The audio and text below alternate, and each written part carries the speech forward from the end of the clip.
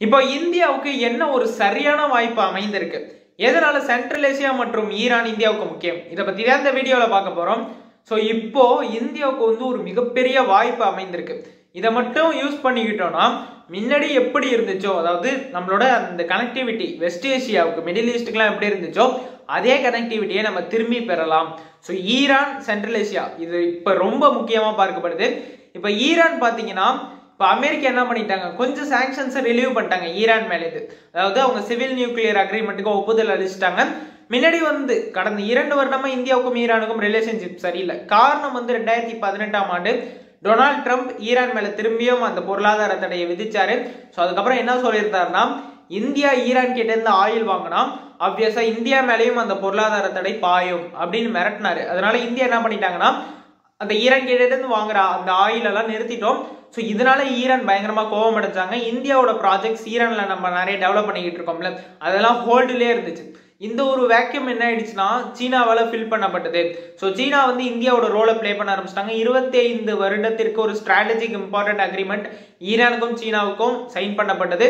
So அப்படியே Iran சீனா கைக்குள்ள ஓரளவுக்கு போயிட்டு இந்தியா ரொம்ப நாளா வெயிட் பண்ணிக்கிட்டு இருந்தோம். நம்ம எப்படியாச்சும் அமெரிக்கா இப்போ அந்த ஈரான் மேலேருந்து சாங்ஷன்ஸை லிஃப்ட் பண்ணணும். ஏன்னா ஈரான் மேலேருந்து அந்த பொருளாதார தடை நீக்கினா தான் திரும்பியும் இந்தியா ஈரானோட என்கேஜ் ஆக முடியும்.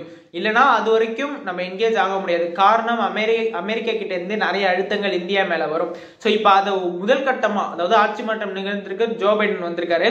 ஸோ இப்போ என்ன எடுத்திருக்குன்னா ஓரளவுக்கு சாங்ஷன்ஸை ரிலீவ் பண்ணியிருக்காங்க. இது இந்தியாவுக்கு ஒரு பெரிய அட்வான்டேஜ். இப்போ அமெரிக்காவே ஓரளவுக்கு இது ரிலீவ் பண்றாங்க. ஸோ இந்தியா இப்போ ஈரான் கூட நல்ல ரிலேஷன்ஷிப்ல போகலாம். ஸோ இதுக்கப்புறம் நம்ம ஏற்கனவே ஹோல்ட் பண்ணி வச்சிருந்தோம்ல அந்த ப்ராஜெக்ட்ஸ்லாம் திரும்பியும் டெவலப் பண்ண ஆரம்பிக்கலாம். ஆப்வியஸா இப்படி ஒரு ரூட் கிளியர், அதாவது இந்த வெஸ்ட் ஏசியாவுக்கு போறதுக்கு ஈரான் ஒரு பெரிய விஷயம். ஈரான்ல தான் நம்ம சபகர் போர்ட்லாம் டெவலப் பண்ணியிருக்கோம்.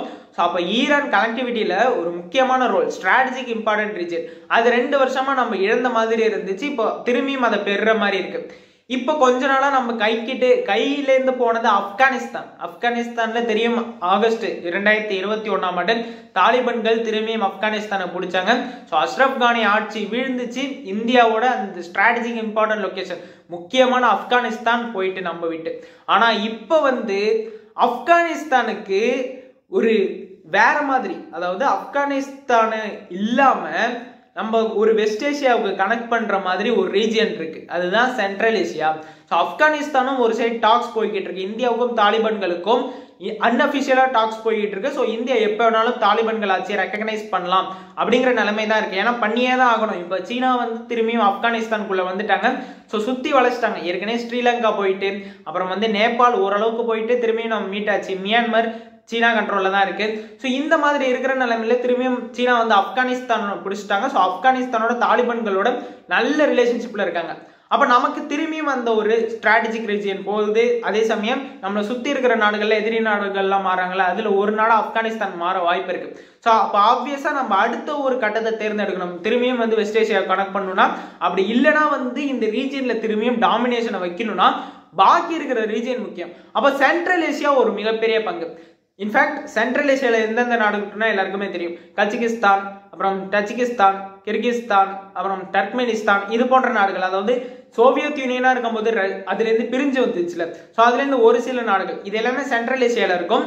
இந்தியாவுக்கும் நான் இப்ப சொன்ன தஜிகிஸ்தான், கஜகிஸ்தான், இந்த எந்த நாட்டுக்குமே பார்டரே ஷேரிங் கிடையாது.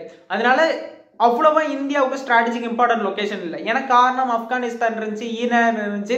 ஸோ அதனால சென்ட்ரல் ஏசியா நம்ம அதிகமா பாக்குறதே கிடையாது. ஆனா இப்போ அது தேவை. ஏன்னா பக்கத்துல இருக்கிற ரீஜனல் பவர்ஸ்லாம் சீனா கண்ட்ரோல்ல போயிடுது.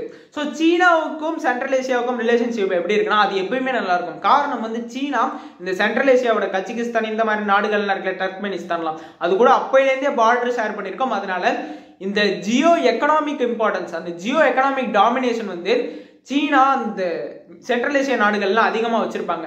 இது யாருக்கு ஒரு பெரிய பிரச்சனையா இருக்குன்னா ரஷ்யாவுக்கு ஒரு பெரிய பிரச்சனையா இருக்கும். ரஷ்யா என்ன நினைப்பாங்கன்னா, ஆப்வியஸா அமெரிக்காவை எதிர்க்கணும்னா சீனா ரஷ்யா ஒன்று சேர்ந்து தான் தெரியற மாதிரி இருப்பாங்க. ஆனா அமெரிக்காவை தவிர்த்துட்டு நீங்க பாத்தீங்கன்னா ரஷ்யாவுக்கும் சீனாவுக்கும் நிறைய பிரச்சனை இருக்கு. அது அப்போயிலேருந்து இருக்கு. 1967 68 எனக்கு சரியா தெரியல, 69. அப்ப சீனாவுக்கும் ரஷ்யாவுக்கும் பார்டர் எல்லை பிரச்சனையில ஒரு போர் கூட வரும், ஒரு சிறிய அளவு கிளாஷ்.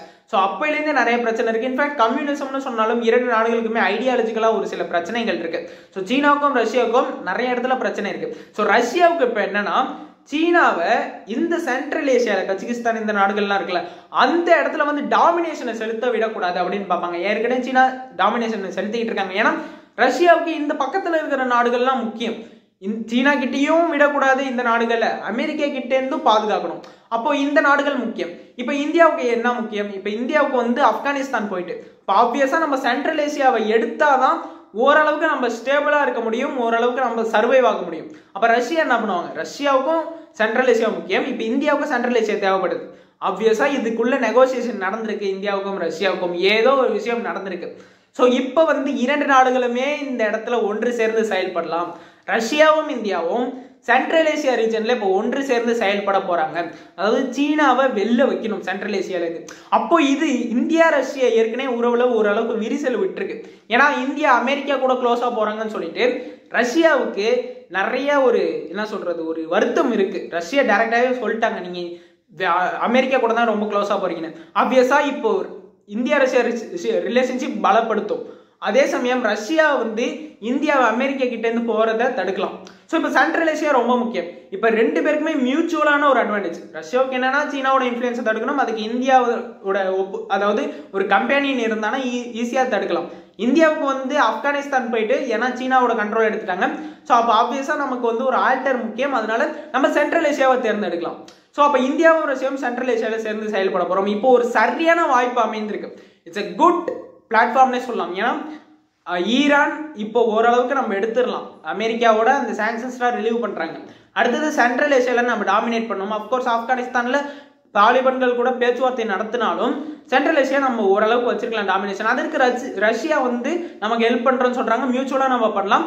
ஸோ அப்போ ஆப்வியஸா வந்து சீனா வாங்கியிருந்து வெளில எடுத்து வைக்கலாம். இது ஒரு சரியான பிளாட்ஃபார்ம். இதை எப்படி கொண்டு போறாங்கன்னு பொறுத்து இருந்தா பார்க்கணும். ஸோ நிறைய பாலிசிஸ் வரும்னு நினைக்கிறேன், பார்க்கலாம் என்ன நடக்குதுன்னு. இதை உங்ககிட்ட சொல்ல நினைச்ச விஷயம். தேங்க்யூ.